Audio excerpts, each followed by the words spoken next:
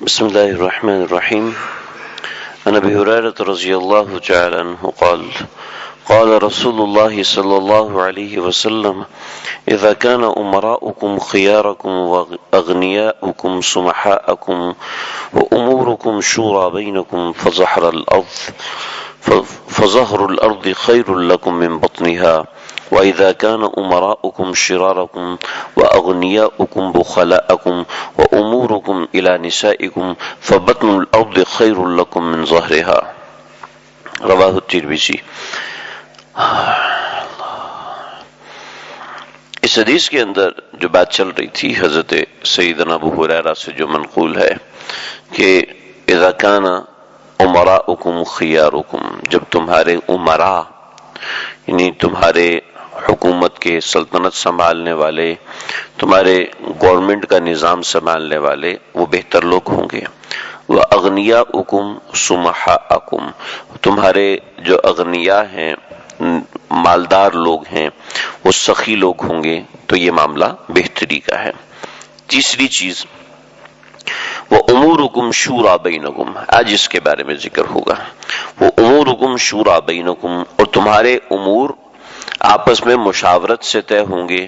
اور دوسری چیز فرمائی کہ وَأُمُورُكُمْ إِلَى نِسَائِكُمْ، تمہارے کام جب عورتوں کے مشورے سے ہوں گے تو پھر اس میں برائی ہوگی، اس میں گرنا ہوگا، مسلسل نیچے گرنا ہوگا. سب سے پہلی بات کہ مشورہ جو ہے وہ وَأُمُورُكُمْ شُورَى بَيْنَكُمْ، آپس میں مشاورتی نظام ہونا چاہیے. جہاں جہاں جس سلطنت میں آپس میں مشاورتی نظام رہا ہے تو وہ ہمیشہ کامیاب رہی ہے. تاریخ بھی اس کی گواہ ہے کہ ہمیشہ اللہ کے نبی نے صحابہ کرام سے مشورہ کیا، کبھی اپنے چھوٹے سے مشورہ کیا، کبھی اپنے بڑے سے مشورہ کیا. یعنی ہر امور میں مشورہ کرنا یہ ضروری ہے. یہ حکومت کے نظام کو چلانے کے لیے، گھر کے نظام کو چلانے کے لیے، اپنی ذات کے نظام کو آگے بڑھانے کے لیے، اللہ کے تعلق کو مضبوط بنانے کے لیے، یہ اللہ نے ہمیں ایک ایسی چیز دی ہے، آپس میں مشورہ کرنا. بنی نوع انسانیت کو ایک ایسی بلند چیز عطا فرمائی ہے کہ جس سے انسان بہت بڑی چیزیں حاصل کر لیتا ہے. نبی کریم صلی اللہ علیہ وسلم نے فرمایا کہ ما ندم من استشارہ، کہ وہ آدمی کبھی بھی نادم نہیں ہوتا جو کبھی مشورہ کر لیتا ہے.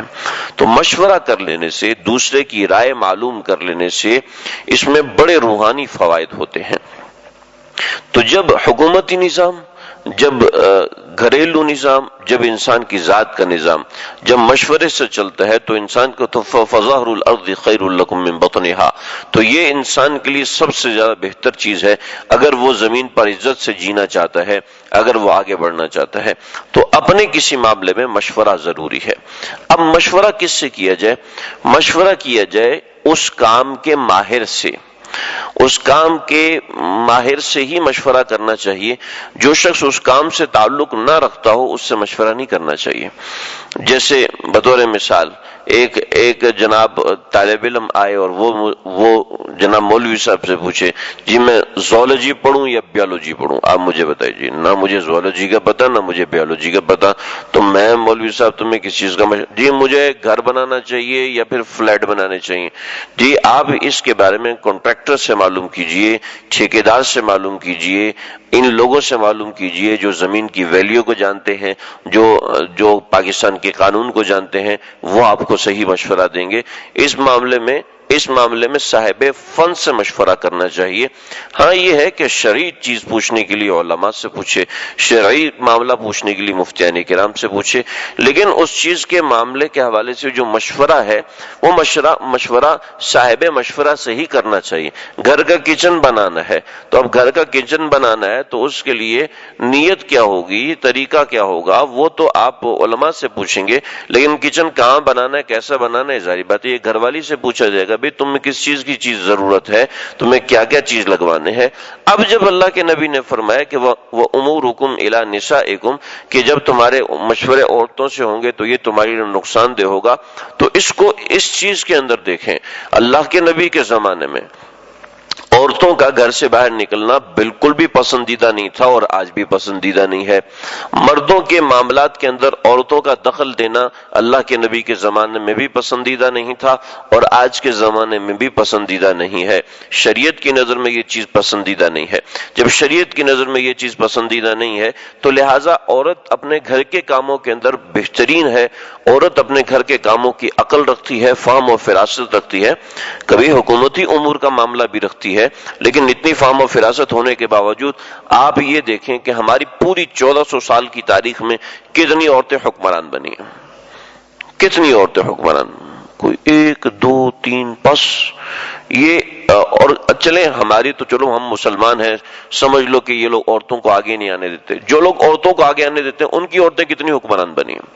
امریکہ میں، برطانیہ میں کتنی وزیر اعظم، کتنی پریزیڈنٹ بنی ہے۔ ایک ملکہ وکٹوریا جو انہوں نے ایک سسٹم رکھا ہے کہ کٹ پتلی ملکہ بنایا ہوا ہے اور اس کو جی وہ صرف سائن کرتی ہے، باقی فیصلے پارلیمنٹ کرتا ہے، تو ان کے ہاں کون سا سسٹم ہے؟ پوری دنیا میں ایک ملکہ بلقیس ہے، اس کی حکومت کو اللہ نے حضرت سلمان علیہ السلام کے ذریعے سے آگے پیچھے کروایا ہے۔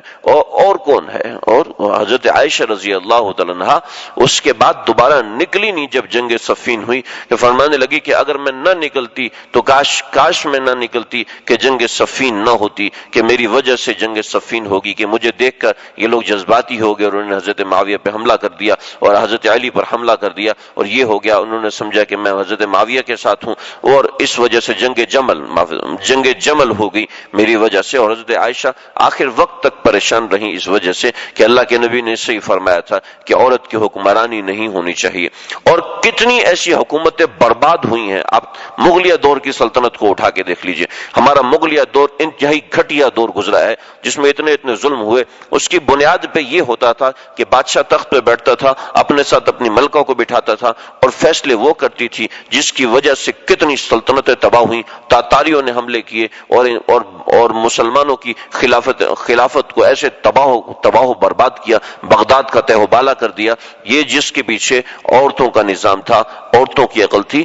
وجہ یہ ہے کہ اللہ نے عورت کی عقل سپیسیفائڈ بنائی ہے، مرد کی عقل سپیسیفائڈ بنائی ہے کہ ہر مرد باورچی نہیں ہو سکتا، لیکن ہر عورت کو کھانا پکانے میں دلچسپی ہوتی ہے۔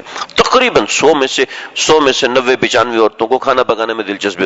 یہ 2-4 قسم کی عورتیں ہوتے ہیں جو چھلانگے مار کے میڈیا پہ آ جاتی ہیں اور لوگ کہتے ہیں دیکھو یہ عورتیں بھی تو ہیں، اور وہ کتنی عورتیں ہوتی ہیں جو وہاں پر آتی ہیں۔ ہماری جنریشن میں کتنی عورتیں ہیں جو میڈیا پہ آتی ہیں؟ بھائی بہت کم ہے، اگر پرسنٹیج نکالی جائے کہ تو دنیا کے اندر 60% سے زیادہ خواتین ہیں اور 40% مرد ہیں، ان میں عورتیں کتنی آتی ہیں؟ تو بھائی یہ چیز ہے۔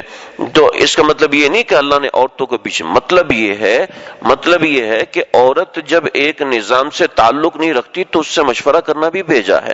ہاں شادی کا مشورہ کرنا ہے تو ماں سے کرے گا، کچن بنانے کا مشورہ کرنا ہے تو ماں سے کرے گا، گھر کی کوئی چیز لانے کا بھی، کھانا کیا پکانا، جی مجھے کیا پتا کھانے ہوتے کتنی دالیں ہوتی ہیں، آج تک نہیں سمجھ میں آ سکی۔ اور عورتوں کو ساری دالوں کا نام پتا ہوتا ہے اور ہر قسم کی دال کی ریسیپی پتا ہوتی ہے، سبزی کی ریسیپی آتی ہے، گوشت کی ریسیپی آتی ہے، 6 طرح کا گوشت بنا لیتی، 10 طرح کے چاول بنا لیتی، یہ اس طرح کی۔ تو اس میں تو عورتوں سے مشورہ کریں گے، اور اس میں تو اللہ کے نبی نے خود عورتوں سے مشورے کیے، اور خود ام سلمہ نے ایک موقع پہ ایسا مشورہ دیا کہ اللہ کے نبی کے دل کا سارا غم ہلکا ہو گیا۔ خود ام سلمہ رضی اللہ تعالیٰ نے مشورہ دیا۔ تو یہ مطلب نہیں ہے کہ عورت کا مشورہ کرنا ہی گناہ ہے، عورت کا مشورہ کرنا ہی حرام ہے، بلکہ اس میں سینیریو تھا کہ عورت اپنے گھر کی ملکہ بن کے اچھی لگتی ہے۔ یہی حیرت کی بات ہے، یہ عورت جب گھر کے اندر ایک والد، ایک شوہر، 3 بچے اور ایک ساس اور 2 نندیں، ان 10 لوگوں کی خدمت کرے، بیکورڈ ہے۔ اور یہی عورت جہاز کے اندر 400 پیسنجر کی خدمت کرے تو بہت براڈ مائنڈڈ ہے، بہت سمجھدار ہے، بہت پڑھی لکھی ہے۔ کیا مطلب اس کا؟ وہ 400 کی خدمت کر رہی ہے، ان کے پیمپر صاف کر رہی ہے، ان کے واش روم صاف کر رہی ہے، تو وہ تو براڈ مائنڈڈ ہے۔ اور یہ 5-6 کی خدمت کر کے گھر میں ملکہ کی طرح راج کر رہی ہے، اور یہ لوگوں کی ہوس کی نگاہ کا نشانہ بن رہی ہے۔ لوگ ہوس سے کوئی کوہنی مارنے کی کوشش کر رہا ہے، کوئی جان بوجھ کے بے تکلف ہونے کی کوشش کر رہا ہے، چونکہ وہاں پیسے ملتے ہیں، وہاں منشا کفار کی پوری ہو رہی ہوتی ہے۔ تو اس لیے ہمارے بھی وہ پڑھے لکھے قسم کے لوگ وہ یہ سمجھتے ہیں پڑھے لکھے وہ پڑھے لکھے نہیں جس کو فہم ہوتی ہے، بس اللہ ہماری حفاظت فرمائے، تو وہ یہ سمجھتے ہیں کہ جناب زندگی تو یہ زندگی، ہماری عورتیں بھی کوئی زندگی رکھتی ہیں اور ہماری عورتیں بھی برقع پہنے ہوئے ان کو دیکھ کے پریشان ہو جاتی ہیں، یہ احساس ہے کہ دیکھو کیسے مٹک کے جا رہی، پھر تو ملکہ ہے، تیرے پاس ہیرا ہے اور اس کے پاس چند ٹوٹے ہوئے سکے ہیں اور اس کی بھی کوئی عزت نہیں ہے، اس کی عزت کی بھی کوئی حفاظت نہیں ہے، کبھی ادھر جا رہی ہے، کبھی ادھر جا رہی ہے، کبھی ادھر آ رہی ہے، کبھی دفتر میں جا رہی ہے، سمجھ رہی ہے کہ میری عزت ہے، اور جو سامنے کرے جی آپ تو میری بہن ہے، آپ تو میری بہن ہے، اور پیچھے وہی لوگ کیسے کیسے پلاننگ بناتے ہیں، اور جب موقع ملتا ہے تو کیا واردات کرتے ہیں، اخباریں بھری ہوئی ہیں، میں اور آپ کہاں تک سمجھ سکتے ہیں، کہاں تک جا سکتے ہیں۔ تو بھائی یہ چیزیں ہیں، دین نے کبھی عورت کو پیچھے نہیں رکھا، دین نے کبھی اخرہن من حیث اخرہن، اللہ کا مطلب یہ ہے کہ ان کو پچھلی صف میں کھڑا کرو، یہ نہیں کہا کہ ان کو گھر سے اٹھا کے باہر پھینک دو۔